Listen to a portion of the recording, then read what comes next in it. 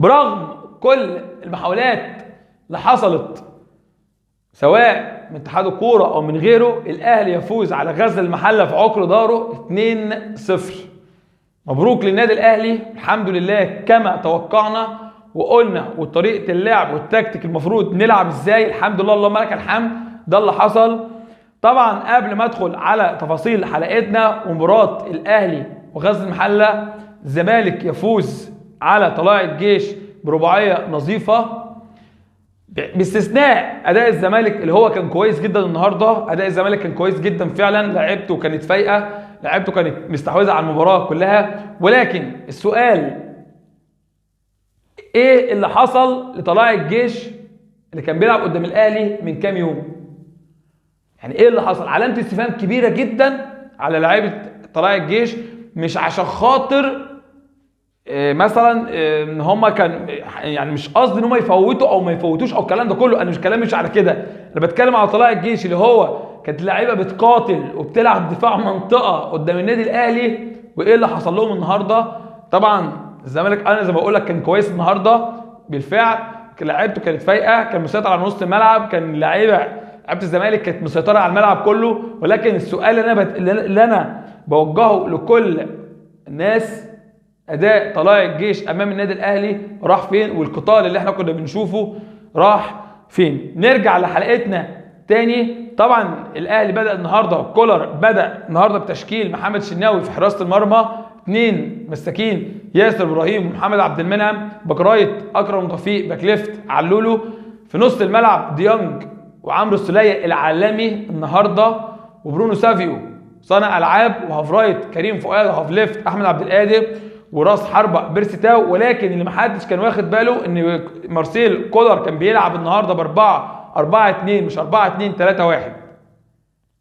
على الورق كانت 4-2-3-1، ولكن في الملعب الكل اخد باله ان كنا بنضغط ببرونو سافيو وبيرسي تاو. في الدقيقه 16 الاهلي بدا الماتش بسيطره تامه على الملعب كله، كنا بنلعب بدفاع، بندافع من البدايه. الدفاع انا امبارح في الحلقه بتاعت امبارح كلمتكم قلت لكم لازم كولر يبدا بدفاع، يكون خط الدفاع لينا الامامي من عند الهجوم بتاعنا احنا. خط الدفاع يبدا من هجومنا احنا، ما تستناش غزل المحله يجي عليك وتبدا تدافع، عشان خاطر هياخد فرصه عليه وياخد المبادره عليك. ولو اخذ المبادره غزل المحله والله العظيم كنا هنصعب على نفسنا الماتش النهارده. ولكن الحمد لله وجهه نظر طلعت صح، ان احنا كنا بندافع من البدايه. بندافع ازاي؟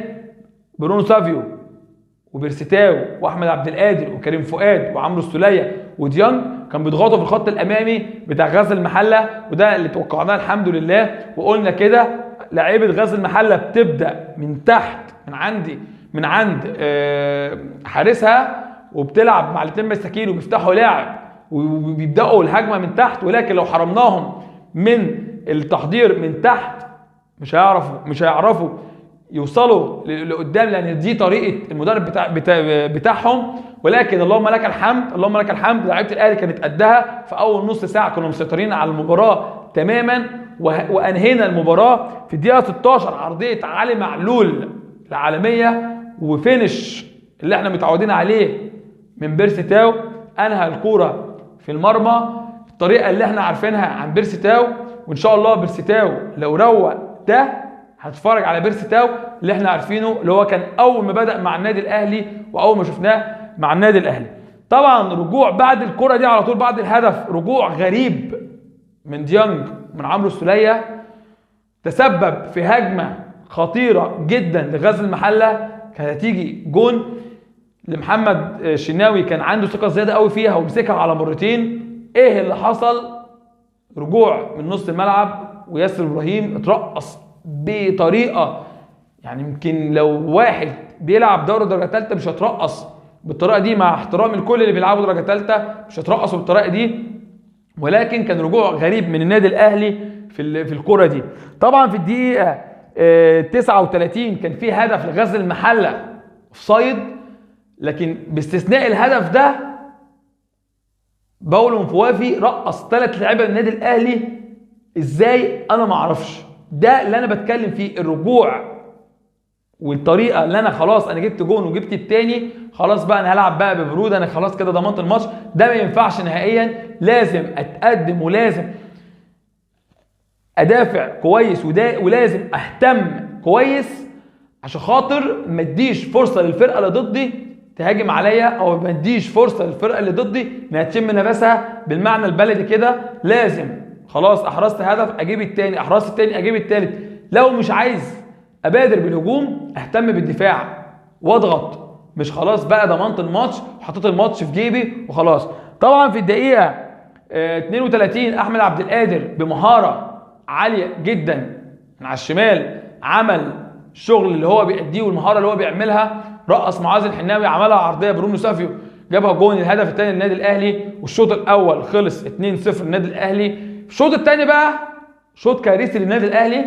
اي نعم مفيش خطوره من غزل المحله على النادي الاهلي غير الكوره بتاعت محمد الشناوي الاخيره، اللي هو مش عارف، محدش عارف محمد الشناوي كان عايز يعمل فيها ايه. لو ما بتتفرجش على كاس العالم اتفرج على كاس العالم، شوف لعيبه وحراس اوروبا، حراس المنتخبات، الكوره بترجع لهم الف فيه كوره واحده على طول عشان ما احطش فرقتي في اي مشاكل وفي اي ضغط وفي اي حاجه.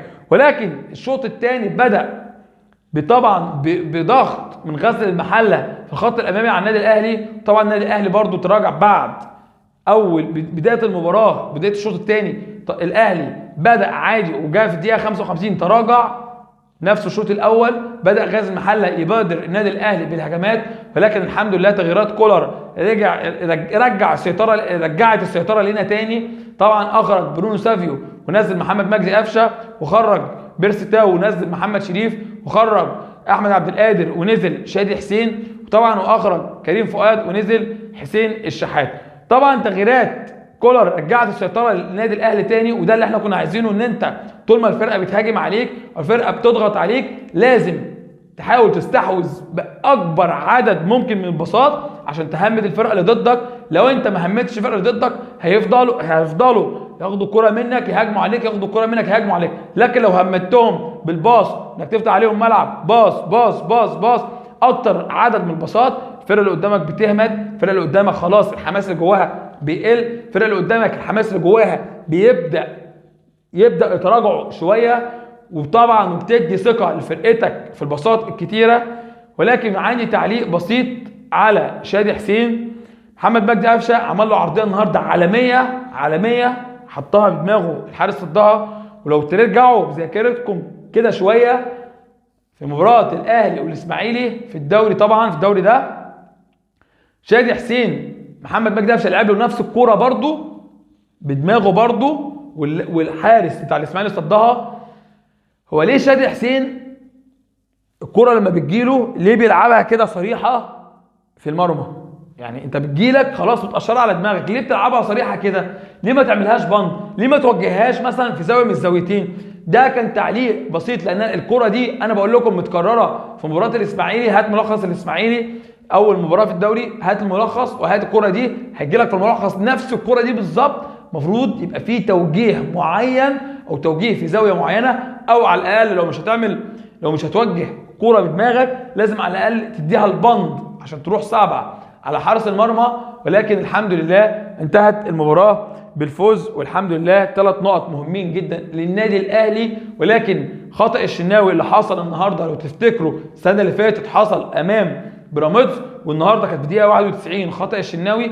اقسم بالله الكوره دي لو جت جون لكان غزل المحله الاربع دقايق دول كانوا يعني كان عملوا الملعب نار، يعني كان قلبوا الملعب نار، كنا هنفضل مهددين عشان خاطر اصلا انتوا شفتوا الاحداث اللي بتحصل.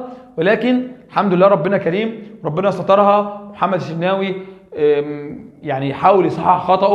والنهارده طبعا محمد الحنفي انا اتفاجئت بيه، كان هايل قوي في الملعب. ولكن في الدقيقه 90 الدقيقه 91 الكره بتاعت محمد الشناوي محمود بسيوني، طبعا الاهلي كان ناقص، كان الاهلي كان مخلص تغييراته، مش فاكر الكره بتاعت محمد الشناوي كانت في الدقيقه 90 او الدقيقه 80 مش فاكر بالظبط. ولكن استعان الفيديو استعان بمحمد الحنفي عشان خاطر يقول ان كره محمد الشناوي دخل على رجل لاعب غزل المحله ومحمد الشناوي يطرد، يقوم لاعب من لاعيبه النادي الاهلي يقف جون، لان الاهلي كان مخلص التغييرات بتاعته الخمسه، والحمد لله الحمد لله ربنا كريم ونصف الاهلي ضد محمود بسيوني الحكم الحمد لله، ومحمد الحنفي قدر يشوفها كويس. وبالعربي كده الحمد لله كان يعني اللي في دماغي ما حصلش. يعني اللي في دماغي في موضوع التحكيم، محمد الحنفي حكم السنه اللي فاتت دور اول ودور تاني، والسنه دي دور اول، فدي كانت حاجه غريبه. لكن الحمد لله اللي في دماغي الحمد لله محمد الحنفي خيب ظني، بالعربي كده خيب ظني. اللهم لك الحمد اللهم لك الحمد. فوز النادي الاهلي ب3 بونت، ورجوله اللي ما اتكلمش عليه رجوله اكرم توفيق وعمرو السوليه النهارده كان مباراه، اتنين عملوا مباراه عمرهم طبعا باستثناء باقي لعيبه النادي الاهلي، ولكن كان الاثنين المميزين كان اكرم توفيق وعمرو السوليه، عملوا ماتش عمرهم النهارده مع علي معلول مع باقي اللعيبه. الحمد لله مزيد من نجاح للنادي الاهلي ومزيد من التفوق للنادي الاهلي. الحمد لله صداره الدوري للنادي الاهلي، وان شاء الله كريم وربنا كريم وتكمل على خير باذن الله، وربنا يوفقنا دايما ان شاء الله. اتمنى لو مش مشترك في القناه فضلا وليس امرا اشترك في القناه وفعل زر الجرس عشان يوصلك كل جديد، ولايك للفيديو عشان الفيديو يوصل لكل الناس. سلام عليكم.